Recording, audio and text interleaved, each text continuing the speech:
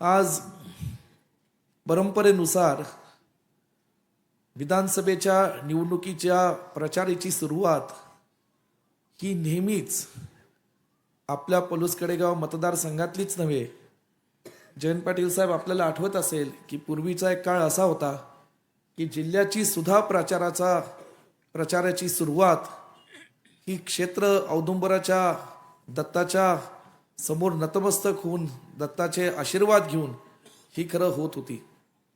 तीच परंपरा पुढे चालू ठेवत पलूस कडेगाव मतदारसंघातील काँग्रेस पक्षाच्या आणि महाविकास आघाडीच्या सुद्धा या माझ्या उमेदवारीच्या प्रचाराची सुरुवात आज सर्व या दोन्ही तालुक्यातील लोकांच्या साक्षीने, सर्व माता भगिनी आणि ज्येष्ठांच्या आशीर्वादाने आणि तुमच्या सर्वांच्या साथीने या ठिकाणी आजच्या शुभ दिवशी आम्ही करत आहोत.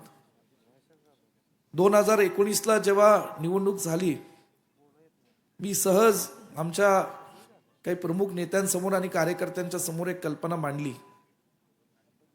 की खरं म्हणलं तर स्त्रियांचं महत्त्व आपल्या सर्वांच्या जीवनामध्ये अत्यंत एक भावनिक त्याचं स्थान आहे. आपल्या धर्मामध्ये लक्ष्मी, विद्या, सरस्वतीची पूजा आपण करतोच, पण आईच्या पोटी जन्माला येतो, बहिणीचं नातं म्हणून आपण रक्षाबंधनाच्या दिवशी आणि भाऊबीजच्या दिवशी आपण ते जोपासत असतो. पुन्हा कुटुंबातली पत्नी म्हणून जीवन प्रवास सगळा करत असतो. आणि 2019ला आम्ही सगळ्यांनी ही कल्पना मांडली की प्रचाराचा शुभारंभ हा महिलांच्या शुभ हस्ते आपण करूयात. आणि त्या दिवसापासून आज सुद्धा आम्ही महिलांच्या शुभ हस्ते या प्रचाराचा शुभारंभ केला. याचा मनापासून आनंद मी प्रथमतः व्यक्त करतो. माझ्या आधीच्या सर्व वक्त्यांनी आपल्या भावना व्यक्त केलेल्या आहेत. आज हा प्रचाराचा शुभारंभ होत असताना माझ्यासारख्या पलूस कडेगाव मतदारसंघातील आदरणीय पतंगरावजी कदम साहेबांच्या विचाराने काम करत असणाऱ्या कार्यकर्त्याला थोडंसं मागे डुंकून पाहिल्याशिवाय राहत नाही. आमच्या या पलूस कडेगाव मतदारसंघातील आणि तत्कालीन असणाऱ्या भिलोडी अंगी मतदारसंघातील लोकांचं नातं हे कदम साहेबांशी गेले 45 वर्षाहून अधिक काळ आहे. आदरणीय पतंगरावजी कदम साहेब, आदरणीय मोहनराव कदम दादा हे दोघेही सार्वजनिक जीवनात ज्या क्षणापासून, ज्या दिवसापासून आले, त्याची सुरुवात कडेगाव तालुक्यापासून झाली. आणि त्या कडेगाव तालुक्यापासून ती खानापूर तालुक्यापर्यंत आणि खानापूर तालुक्यापासून ते पूर्वीचा असणारा तासगाव तालुका आणि पलूस तालुक्यापर्यंत ती घट्ट झाली. वास्तविक पाहता आदरणीय पतंगरावजी कदम साहेबांचा जी जीवनाची सुरुवात आहे की या मतदारसंघातील आणि जिल्ह्यातील जी जुन्या पिढीतली लोक आहेत त्यांनी प्रत्यक्षपणे कदम साहेबांचा संपूर्ण जीवन प्रवास हा डोळ्यांनी पाहिलेला आहे. आपणही जयंत पाटील साहेब त्यांच्या जीवनातल्या एका महत्त्वाच्या टप्प्यामध्ये आपण साक्षीदार राहिलेला आहात. सोनसळ गावामध्ये जन्माला आल्यानंतर ज्या परिस्थितीमध्ये कदम साहेबांनी त्यांचं शिक्षण पूर्ण केलं, त्या खडतर परिस्थितीवर मात करत त्यांनी पुण्यासारख्या एका शहरामध्ये जाण्याचं धाडस केलं. वयाच्या 16 वर्षी ते पुण्यात पोचले. शिक्षक म्हणून त्यांनी अर्धा वेळ नोकरी केली आणि त्या शाळेमध्ये काम करत असताना, तिथे राहत झोपत असताना भारती विद्यापीठाच्या स्थापनेची त्यांच्या कल्पना मनामध्ये आली. 19व्या वर्षी त्यांनी भारती विद्यापीठ सुरू केलं. आणि मी नेहमीच लोकांना सांगत असतो, या स्थापनेच्या पाठीमागचं उद्देश एकच होतं की ग्रामीण भागातली शेतकरी कुटुंबात जी जन्माला आलेली बहुजन समाजातली मुलं बाळ आहेत, ज्या स्त्रिया असतील, ज्या मुली असतील, त्या सर्वांना भविष्य काळात उच्च शिक्षणाचं दालन खुलं झालं पाहिजे. ह्यातून साहेबांनी ही संस्था सुरू केली. शिक्षणापासून समाजकारणातनं राजकारण आणि पुन्हा पलूस कडेगावचा विकास हे साहेबांचं ध्येय होतं. 1980च्या दशकामध्ये साहेबांना पलूस कडेगावच्या आणि तत्कालीन असणाऱ्या भिलोडी वांगीच्या मतदारसंघातल्या लोकांनी प्रचंड मोठा आशीर्वाद दिला, साथ दिली. आणि ही साथ देत असताना त्यांना महाराष्ट्राच्या विधानसभेवर पाठवलं. 90-91च्या काळामध्ये साहेब पुन्हा एकदा काँग्रेस पक्षाच्या चिन्हावर निवडून आले आणि राज्यामध्ये काही काळ त्यांना पाटबंधारे आणि शालेय शिक्षण म्हणून या ठिकाणी जबाबदारी मिळाली. साहेबांचं कर्तृत्व हे पलूस कडेगावच्या मातीमध्ये आणि सांगली जिल्ह्यात किती मोठं आहे ह्याला पाहणारी आपण सगळी मंडळी आहात. तरुण पिढीमध्ये अनेकांनी ते वाचलंय आणि ऐकलंय, पण साहेबांचं कर्तृत्व हे महाराष्ट्रामध्ये किती मोठं होतं यातल्या एखाद्या गोष्टीचा उल्लेख करायचा म्हणला तर जेव्हा साहेब शिक्षण मंत्री होते त्यांनी महाराष्ट्राच्या ग्रामीण भागात असंख्य शाळा उभ्या केल्याच, परंतु जे शालेय पोषण आहार आहे ज्याचं केंद्र सरकारने नंतर गरीब विद्यार्थ्यांसाठी मिड डे मील स्कीम म्हणून रूपांतर केलं, त्याचे खरे जनक कोण असतील तर ते आदरणीय पतंगरावजी कदम साहेब आहेत. ह्याचा मला कौतुकाने उल्लेख करायचा. त्याच्यातला किस्सा आपण साहेबांवर जी आम्ही चित्रफित निर्माण केली त्यामध्ये साहेबांच्या तोंडून तो किस्सा आपण ऐकलेला आहे. साहेबांनी असंख्य अशी कामं केली ज्याचा इम्पॅक्ट हा संपूर्ण महाराष्ट्रात गोरगरिबांवर, लोकांवर, सर्वसामान्य जनतेवर झाला. जेव्हा साहेब एस टी महामंडळाचे सदस्य होते, गाव तिथं रस्ता आणि रस्ता तिथे एस टी, ही कल्पना साहेबांनी गावोगावी राबवली आणि ज्या एस टीची वाट माणसं दिवसेंदिवस पाहत होते एखाद्याला तालुक्याच्या किंवा जिल्ह्याच्या ठिकाणी जाण्याकरता, ती एस टी सर्वसामान्य लोकांपर्यंत पोहोचण्याचं काम हे पतंगरावजी कदम साहेबांनी केलं. जयंत पाटील साहेब, मी युथ काँग्रेसचा अध्यक्ष 7 वर्ष होतो आणि त्यामुळे मला चांद्यापासून बांद्यापर्यंत महाराष्ट्र पिंजून काढण्याची संधी मिळाली. मी आज नाव त्याचं घेऊ शकत नाही, पण मी उत्तर महाराष्ट्रामध्ये एक दिवशी एका जिल्ह्यामध्ये दौऱ्यासाठी जात होतो आणि एक भाजपचे पदाधिकारी मला त्यांनी फोन केला. ते म्हणले, तुम्ही जिल्ह्यामध्ये येत आहेत, माझ्या शहरात येत आहे आणि मी 500,000 कार्यकर्ते घेऊन तुमचं स्वागत करणार आहे. तो तिथला नगराध्यक्ष होता. मला माहीत सुद्धा नव्हतं ते कुठल्या पक्षात आहेत.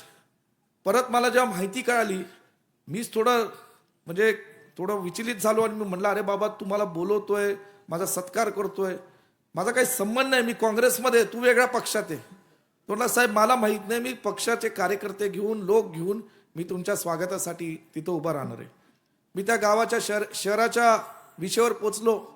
1000 माणसं घेऊन त्यांनी माझं जंगी स्वागत केलं. ते काँग्रेसचे कार्यकर्ते सुद्धा आश्चर्यचकित झाले की विरोधी पक्षाचा हा नगराध्यक्ष, तिथला महापौर, हा आपल्या स्वागत विश्वजित कदमांचा का करतोय. मी जेव्हा त्याला नंतर भेटलो, तुम्हाला भेटायला आलं, म्हणलं अरे काय मला जरा किस्सा तरी कळू दे, काय तू एवढं म्हणजे. तो म्हणलं, माझे वडील हे अत्यंत गरीब होते आणि एके दिवशी ते पतंगरावजी कदम साहेबांकडे पायी चालत गेले आणि त्यांनी कदम साहेबांना एवढंच सांगितलं, मी एका गरीब कुटुंबातला आहे, मला काही नाही घरदार, मला तुम्ही एस टी कंडक्टर म्हणून नोकरी द्याल का. पतंगराव कदमांनी एका पत्रावर माझ्या वडिलांना नोकरी दिली आणि आज मी जे काय आहे त्या जिल्ह्यामध्ये आणि शहरामध्ये, मी जे काय आमचं कुटुंब उभं राहिलेलं आहे, हे पतंगरावजी कदम साहेबांच्या त्या एका छोट्याशा पत्रामुळे, कसलीही काय नसताना गरीब माणसाला मदत करण्याच्या भावनेतून जे कदम साहेबांनी केलं, त्यातनं आमचं कुटुंब उभं आहे. साहेब, मी महाराष्ट्रामध्ये कुठं कुठं जर गेलो तर अशी असंख्य माणसं मला भेटतात, वेगवेगळ्या जाती धर्मातील, वेगवेगळ्या पक्षातील, वेगवेगळ्या थरातील. प्रत्येक जण मला काही ना काही किस्से सांगतं की कदम साहेबांनी 50 वर्षाच्या त्यांच्या सार्वजनिक जीवनामध्ये आपल्या महाराष्ट्रातील लोकांना कशा कशा पद्धतीने, वेगवेगळ्या पद्धतीने मदत केली. हे साहेबांचं कर्तृत्व आपणही डोळ्यांनी पाहिलं. त्याच काळामध्ये साहेब पाटबंधारे मंत्री होते 91 ते 94च्या काळामध्ये. ताकारी टेंबूची मुहूर्तमेढ, खरं ही पतंगरावजी कदम साहेबांनी त्यावेळेस ती कल्पना रोवली, मुहूर्तमेढ केलं.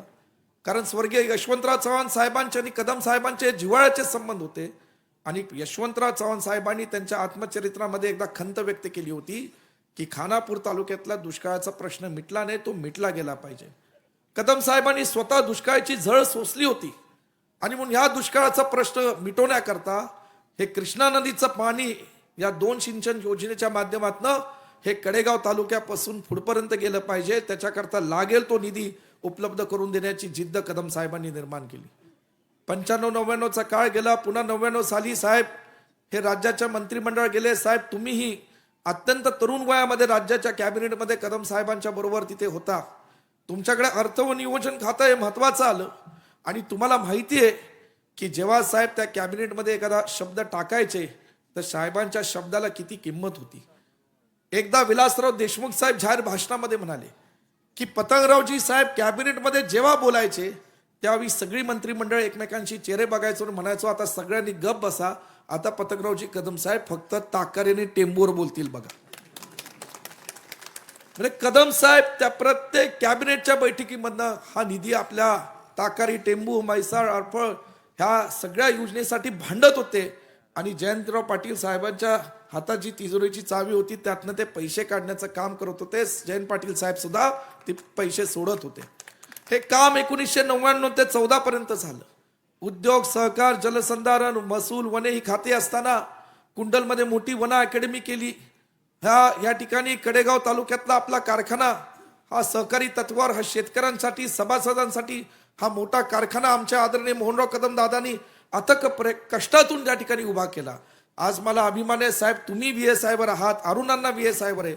आज या जिल्ह्यातील जे महाराष्ट्राला एक सहकारी तत्वावर चालणारे जे काही कारखाने आहेत त्यामध्ये डॉक्टर पतकरावजी कदम सहकारी साखर कारखाना, राजाराम बापू कारखाना आणि क्रांती सहकारी साखर कारखान्याचा उल्लेख केला जातो. आणि आमचा कारखाना उच्चांकी दर देण्यामध्ये चांगलं काम करतो. या तालुक्यातल्या मतदारसंघातला चांगला या सगळ्या लोकांना माहिती आहे. आम्ही ती साहेबांचे जी काय विचार होता लोकांना डोळ्यासमोर ठेवून सर्वसामान्य शेतकऱ्यांचं, कुटुंबाचं, महिलांचं, तरुण पिढीचं हित जोपासून यापुढे काम केलं पाहिजे, ही त्याच्या पाठीमागची भूमिका होती. 2018 साली साहेबांचं दुःखद निधन झालं.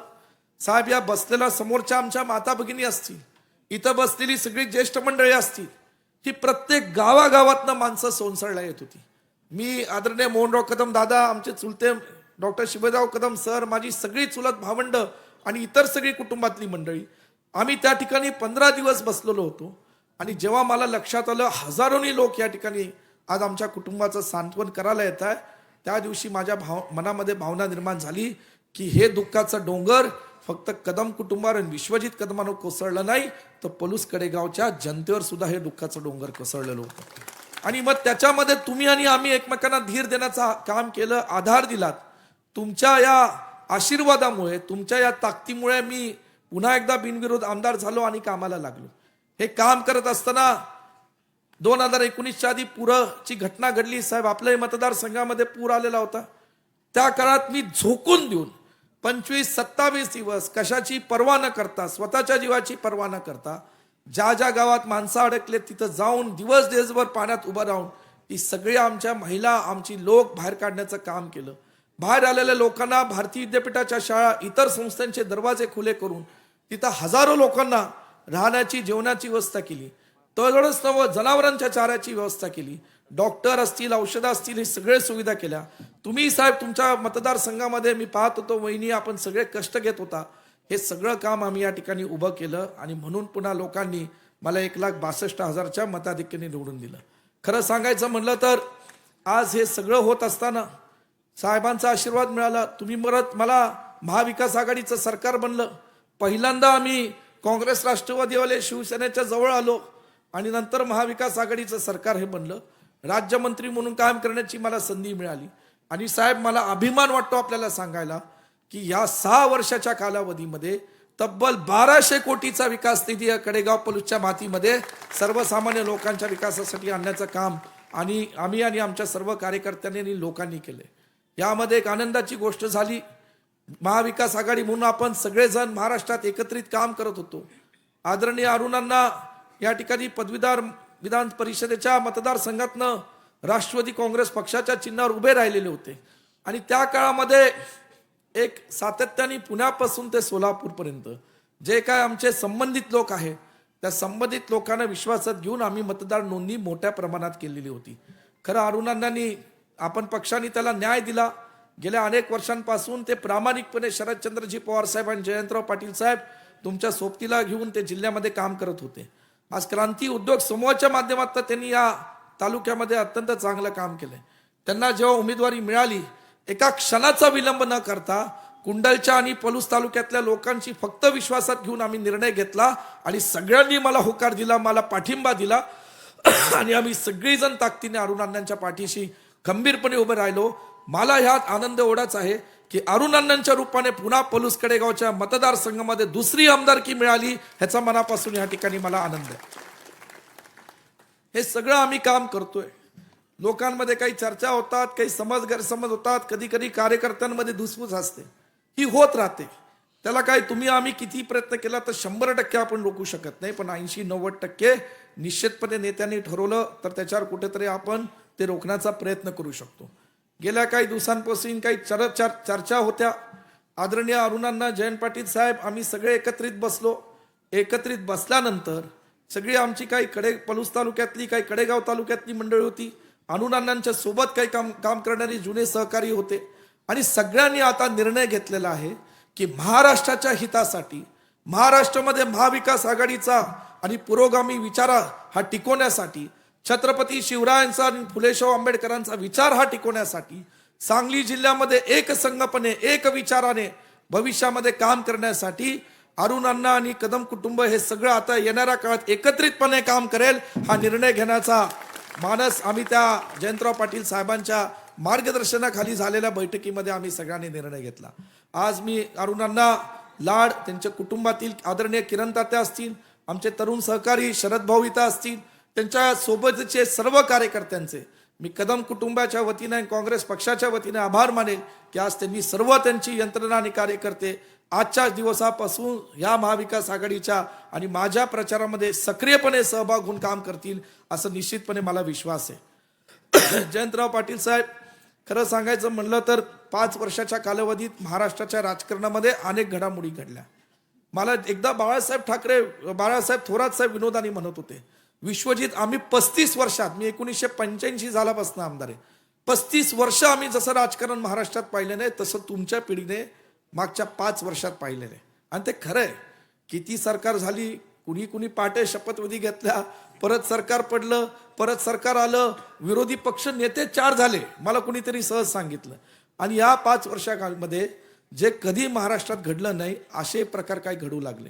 हे दुर्दैव महाराष्ट्राचं की महाराष्ट्रामध्ये आज घर फोडून सत्ता बळकवली जाते, आज पक्ष फोडून सत्ता बळकवली जाते, आज कुणाचा तरी विश्वासघात करून या ठिकाणी सत्ता बळकवली जाणे.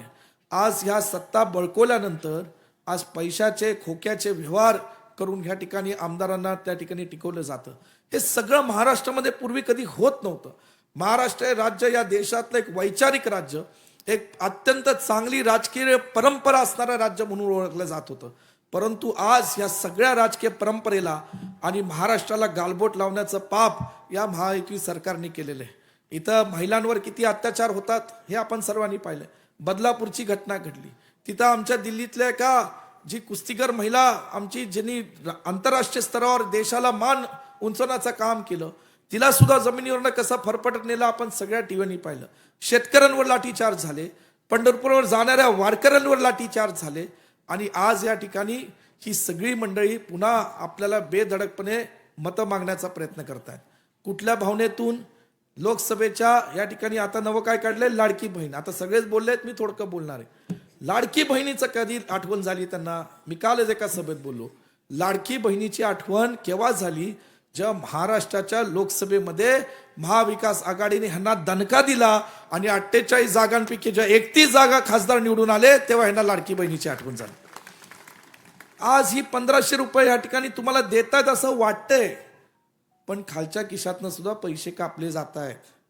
मी साधं उदाहरण दिलं, स्टॅम्प पेपरचा दर 100 वरनं 500 वर गेला. तेलाचा डब्बा जो 1600चा होता तो 2200चा केला. बरोबर की नाही?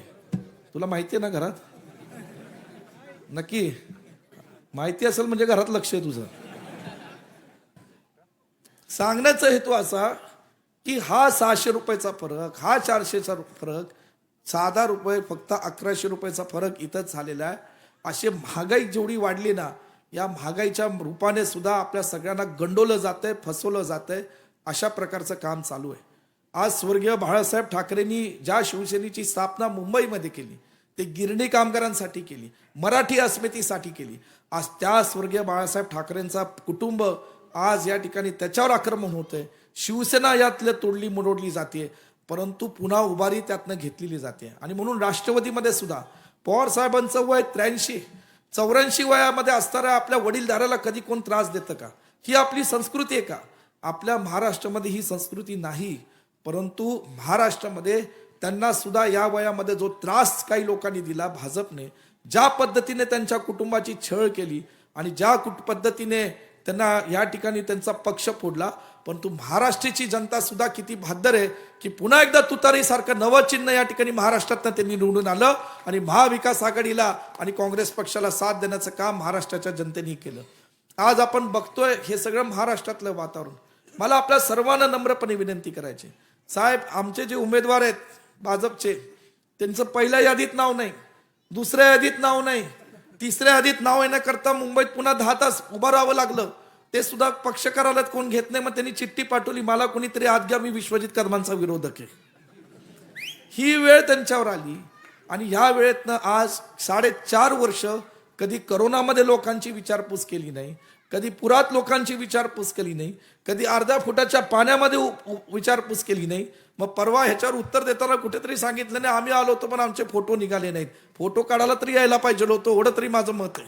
म्हणजे आलाच नाही तर फोटो निघणार कसा हे सुद्धा मनाला थोडं जरी डोकं लागतं. पण जर आलाच नव्हता हे जर सगळ्या या कृष्णा नदी काठ असणाऱ्या लोकांनी पाहिलंय तर ह्याच्यावर मला वाटतं तुम्ही उत्तर देण्याची काय आवश्यकता नाही. मला आपल्या सर्वांना विनंती करायची की साहेबांनी या मतदारसंघामध्ये प्रचंड मोठं काम केलं. तोच विचारांचा वारसा घेऊन आदरणीय मोहनराव कदमदादांच्या मार्गदर्शनाखाली तुमच्या सगळ्यांच्या आशीर्वादाने, तुमच्या सगळ्यांच्या साथीने मी आता काम करतोय. गेल्या 5 वर्षामध्ये प्रत्येक कार्यकर्त्याच्या सुखदुःखात सहभागी होण्याचा प्रयत्न केलाय. अनेक गावात जेव्हा फोन येतात तेव्हा मी पोहोचण्याचा प्रयत्न करतो. 10 दिवसात पोहोचतो पण नक्की त्या कार्यकर्त्याला भेट देतो. अनेकाचे काही त्या गावातले विकास कामांचे काम असतात, आम्ही निधी खेचून असतो, निधी खेचून आणल्यानंतर ती कामं आम्ही धरत असतो. हे सगळं तुम्ही डोळ्यांनी पाहताय. मला एवढंच सांगायचं आहे की साहेबांनी हा पलूस कडेगाव विधानसभा मतदारसंघ हा महाराष्ट्राच्या नकाशावर पोहोचला. तुम्ही माझ्या पाठीशी खंबीरपणे उभा राहा. हा मतदारसंघ हिंदुस्थानाच्या नकाशावर नेण्याचं काम तुमचा विश्वजित कदम करेल एवढं तुम्हाला नक्की सांगतो. आज लाडकी बहिणीचा उल्लेख होत असताना साहेब जाता आता मला फक्त तुम्हाला एक गोष्ट या ठिकाणी सांगायची. मी एक यादी आणली आहे साहेब. इथे या यादीमध्ये काही विद्यार्थ्यांची नावं आहे जी आमच्या भारतीय विद्यापीठात शिकली. आता तुम्हाला साहेब मी एक सांगतो. पाटील शिल्पा विलासराव साहेब, तिला आम्ही 17,500 1,75,000ची माफी दिली होती. ती आज इटलीमध्ये तिला 72 लाख रुपये वर्षाला पगार आहे. 1,75,000ची माफी केली होती गरीब कुटुंबातली होऊन, माझ्या मतदारसंघातली. एक पूनम दिलीप करांडे म्हणून मुलगी आहे, तिला 2,25,000ची फी सवलत दिली होती. तिला आज वर्षाला 22 लाख पगार आहे. हे या ठिकाणी मला सांगायचं. स्मिता अरुण गायकवाडे ही अंकोलकोपची आहे, तिला 60,000 या ठिकाणी माफी केली. ती कॅपजेमिनी सॉफ्टवेअर कंपनीमध्ये, तिला वर्षाला 20 लाख रुपये पगार आहे. हे सांगण्याचं कारण काय, यादी 50 मुलींची यादी आहे माझ्याकडे. 50 जी पलूस कडेगावच्या मातीत जन्मलेली मुलं आहेत, जी मुली आहेत, जे शिकले, ज्यांना पतंगरावजी कदम साहेब भारतीय विद्यापीठातनं, कधी कदम साहेबांनी, कधी आदरणीय डॉक्टर शिवराजराव कदम सरांनी, कधी तुमच्या भावाने विश्वजित कदमांनी फी सवलत दिली. आज ही त्यांच्या कुटुंबाचं पलूस कडेगावचं आज हिंदुस्थानाच्या नकाशावर नाव मोठं करण्याचं काम करतायत. आम्ही महिलांना 1,500 रुपये देऊन थांबवलं नाही. आम्ही महिलांना स्वावलंबी केलं, स्वतःच्या पायावर उभं केलं. आज त्यांच्या रूपाने या ठिकाणी त्यांचा कुटुंब संसार चालतोय. आणि ह्या महिला आपल्या महाराष्ट्राचं नाव 21व्या शतकात भारताचं पुढे नेण्याचं काम करतायत. हे आमचं अभिमानाचं काम आहे. म्हणून ह्या तात्पुरता असणाऱ्या योजनांना फसून जाऊ नका. कर्नाटकात काँग्रेसनी 2,000 रुपये दिले. महाराष्ट्रात तेलंगणामध्ये आमचा मित्र रेवंत रेड्डी त्यांनी 2,000 रुपये दिले. राहुलजींनी हे सुद्धा सांगितलं की ही योजना तर महाविकास आघाडी सरकार आल्यानंतर कायम ठेवण्यात येईलच, पण ह्याच्यावर वाढीव पैसे देण्यात येतील आमच्या भगिनींसाठी. हे सुद्धा या ठिकाणी आज आमच्या पक्षाने आणि महाविकास आघाडीने ठरवले. आणि म्हणून कुठल्याही चुकीच्या माणसाला, जी माणसं तुमच्या सुखदुःखात कधी सहभागी होत नाही, पावसाळा पडल्यानंतर जशा छत्र्या येतात तसं निवडणुकीसाठी फक्त 3 महिने तुमच्या समोर येतात, त्यांच्याकडे सुद्धा साधनं होती लोकांना मदत करायची, त्यांच्याकडे सुद्धा साधनं होती करोनाच्या काळात लोकांची विचारपूस करायची. पण त्या काळात ती माणसं कुठेही तुमच्यासोबत उभी राहिली नाही. आज पुन्हा ती येऊन तुमच्यासमोर मतं मागण्याचं धाडस करतायत. मला खात्री आहे की अशा सगळ्या लोकांच्या कुठल्याही गोष्टीला आपण सगळी बळी पडणार नाही. आज कडेगाव तालुक्यातली मंडळी मोठ्या संख्येने इथं उपस्थित आहेत. परवार मी बुर्ली सूर्यगावच्या पुलाचं भूमिपूजन केलं. आमच्या कुंडल येथील नव्या पोलीस स्टेशनचं इमारत झालं. अरुणांना तिथं होते. कडेगावची नवीन पोलीस स्टेशनची इमारत झाली. शाळगाव, येतगाव, बोंबाड येथे इथं नवीन सबस्टेशन केले. कुठल्याही गावात नाही. आता सुकवाडी तुंग पुलाचं काम हे 99% झाले. 1% फक्त आता 4 चाकी राहिले, 2 चाकी तिथं ऑलरेडी सुरू झालेल्या आहेत. हे सगळं काम तुमच्या साक्षीने होत आहे. आणि या कामाच्यासाठी आपण पुढील पलूस कडेगावच्या विकासासाठी निश्चितपणे आमच्या पाठीशी उभे राहा. एक धाकटा भाऊ म्हणून आणि तुमचा मुलगा म्हणून साहेबांसारखं मी तुम्हाला शपथ देतो की माझ्या शेवटच्या श्वासापर्यंत पलूस कडेगावच्या माझ्या माता भगिनींच्या लोकांची सेवा करेल आणि कुठली तुम्हाला कसर सोडणार नाही. लागेल त्या परिस्थितीत मी मदत करेल. साहेब एक फक्त जाता जाता मी एक शेवटचं वाक्य बोलणार आहे. आम्ही सांगलीला हॉस्पिटल उभं केलं, त्यातली सुद्धा यादी आहे साहेब. मी तुम्हाला एक छोटीशी यादी या ठिकाणी वाचून दाखवतो. ज्या यादीतनं एक किती मुलं बाळ भारतीय हॉस्पिटलच्या माध्यमातून वाचली. पैशाचा कधी विचार केला नाही. कुणाला 1.5 लाख, कुणाला 1 लाख अशा सवलती आम्ही देत करू. लहान लहान मुलं वाचवण्याचं काम हे साहेबांच्या त्या वास्तूतनं झालेलं आहे. आणि म्हणून एकच आमची उणीव साहेबांची आणि दादांची इच्छा आहे, ती सुद्धा येणाऱ्या काळात पूर्ण करेल. आणि कडेगावच्या परिसरामध्ये भव्य दिव्य हॉस्पिटल येणाऱ्या काळामध्ये तुमचा विश्वजित उभा करेल. हाही शब्द आजच्या कार्यक्रमाच्या निमित्ताने देतो.